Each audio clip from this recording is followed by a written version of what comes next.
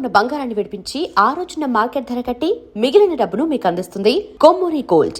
Hi, welcome to my show. Rebel star Prabhas నటించిన darling మూవీకి ఎంత హ్యూజ్ ఫ్యాన్స్ ఉన్నారో ప్రత్యేకంగా చెప్పాల్సిన అవసరం లేదు. అయితే డార్లింగ్ మూవీ ఇప్పుడు రిలీజ్ అయింది. అసలు ఇప్పుడు జనరేషన్ అయితే ఆ మూవీని థియేటర్లో ఎంత ఎంజాయ్ చేస్తున్నారంటే ఈ ఫ్యూ అవర్స్ నుంచి. సో ఆ ఫ్లో అలా కొనసాగుతూనే ఉంది. ఈరోజు రేపు అట్లా కొనసాగుతూనే ఉంది. ఈ నేపథ్యంలో డార్లింగ్ రిలీజ్ సందర్భంగా ఆ సినిమా తీసిన గ్రేట్ డైరెక్టర్ కరుణాకరన్ గారు ఈరోజు మనతో పాటు స్టూడియోలో ఉన్నారు. వారితో మాట్లాడి డార్లింగ్ విశేషాలు, అంటే హృదయానికి అత్తుకునే సన్నివేశాలు ఉంటాయి దాంట్లో, వాటి బ్యాక్ స్టోరీ ఏంటి, ఇలాంటి అన్ని విషయాలు తెలుసుకుందాం. హాయ్ సార్, నమస్తే. నమస్తే అండి. సో ఫస్ట్ ఆఫ్ ఆల్ చాలా హ్యాపీగా ఉంది. Thank you. ఎందుకంటే ఒక వయసు వచ్చి ఆ ఎంగేజ్లోకి వెళ్ళే ఒక పీరియడ్ ఉంటుంది కదా సార్. మీ సినిమాలతో కలిసి వెళ్ళాను.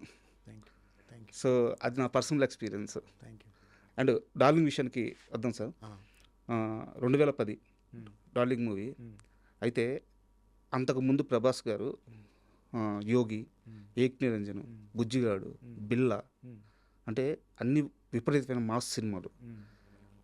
ఆ జర్నీ అలా కొనసాగుతున్నప్పుడు ఏ మూమెంట్లో మీరు డార్లింగ్ కథలో ప్రభాస్ గారిని చూసుకొని, లేదా ప్రభాస్ గారికి ఇలాంటి ఒక కథ రాయాలని ఆ థాట్ వచ్చిన క్షణం ఏంటి? ఆ క్షణం అన్నది కాదు. నాకు బేసికల్గానే ఆ ప్రభాస్ ఇష్టం. నాకు వర్షం ఫిలిం నాకు నచ్చిన ఫిలిం, లవ్ స్టోరీ. సో ఒక డైరెక్టర్కి బేసికల్గా హీరోలతో లవ్ స్టోరీ చేయాలి. పర్టికులర్గా నేను అన్ని హీరోతో లవ్ స్టోరీ చేయాలని కోరిక ఉంది యాక్చువల్గా.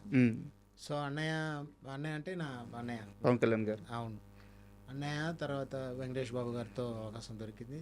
అండ్ దెన్ అల్లు అర్జున్ అన్నప్పుడు, సో కొత్త అబ్బాయి చేసి ఉల్లాసంగా ఉత్సాహంగా అన్న ఫిలిం హిట్ అయిన తర్వాత ఇమ్మీడియట్గా నాకు ప్రభాస్తో చేయాలని నేను ఆశపడ్డాను. దీనికి అక్కడ ప్రభాస్ గారు కూడా ఇంట్రెస్ట్గా ఉన్నారు అనేది తెలిసి ఇంకా నాకు ఎగ్జైట్ అయ్యాను.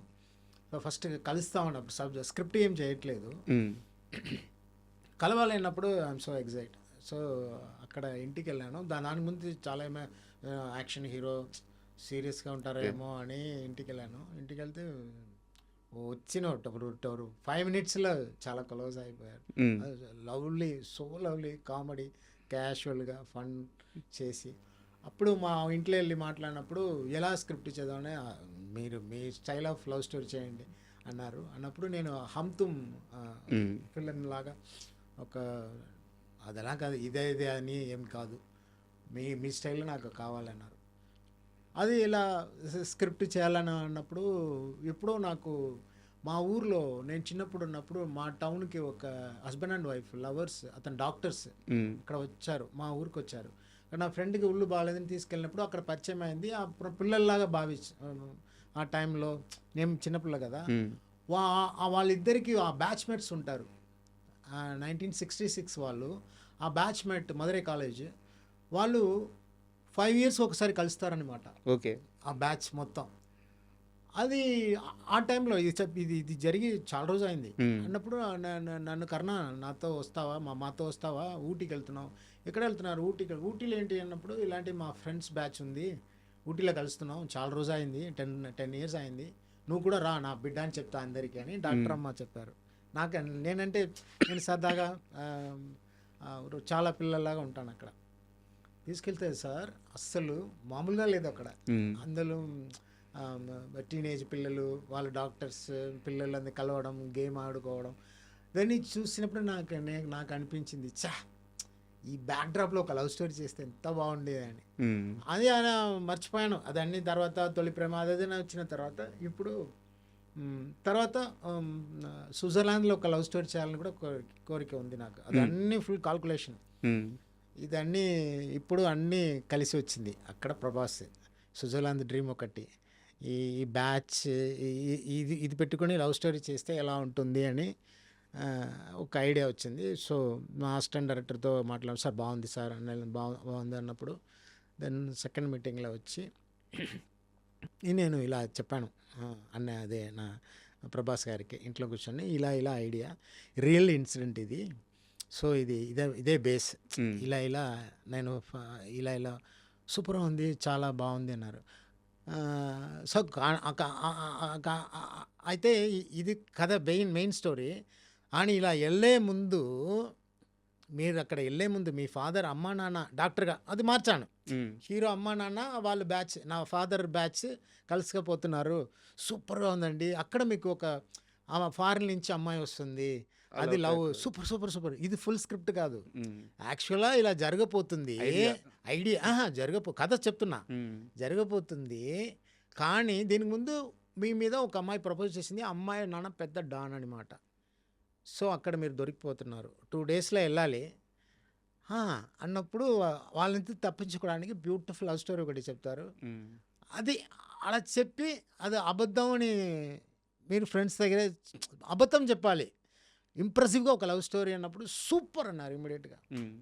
అండ్ మీకు ప్రభాస్ గారు చెప్పారు లేదు, ఆయనకి ఈ డార్లింగ్ మూవీకి సంబంధించిన ఈ ఫస్ట్ హాఫ్ లవ్ స్టోరీ ఉంటుంది కదా, ఆయనకి రియల్ టైంలో ఒక ఎక్స్పీరియన్స్ ఉంది.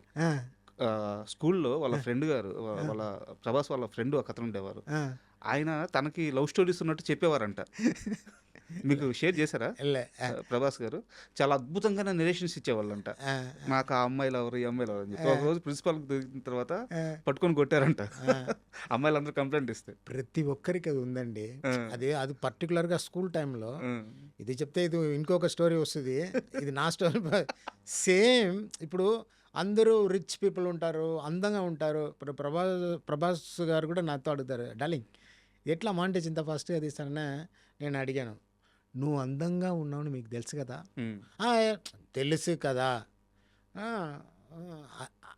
అది మీకు తెలుసు, మేము అందం లేదని మాకు తెలుసు.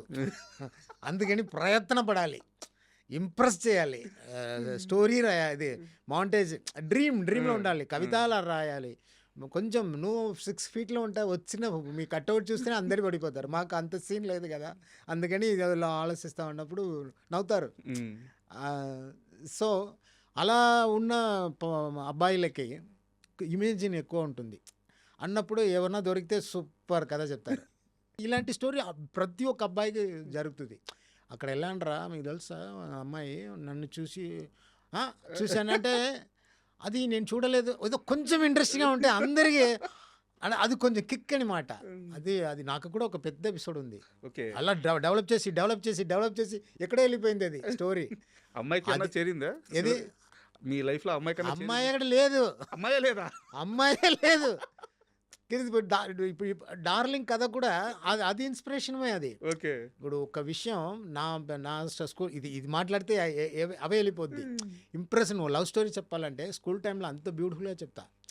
మా ఏరియాకి ఒక అమ్మాయి వచ్చిందిరా, కోయంబత్తూరు నుంచి వచ్చిందిరా సడన్గా. అప్పుడు డ్రాయింగ్ గీస్తా, అమ్మాయి అది నేను డ్రాయింగ్ చూసి ఇవన్నీ నేను రాయడం నిజం, నేను డ్రాయింగ్ చేయడం నిజం. ఇదన్నీ సెటప్ టాలెంట్ ఉందని తెలుసు. ఈ టాలెంట్ పట్టుకుని అమ్మాయి అది మాట్లాడింది ఇది మాట్లాడింది అన్నప్పుడు నమ్ముతారు. అయితే ప్రభాస్ గారే కనీసం ఆయన చెప్పిన కథలో అమ్మాయి అయినా ఉంది, మీ కథలో అమ్మాయి కూడా లేదు. అలా మెయింటైన్ చేసి ఎక్కడరా అమ్మాయి అంటే ఇలా అది పెద్ద కామెడీ ఎపిసోడ్. అయితే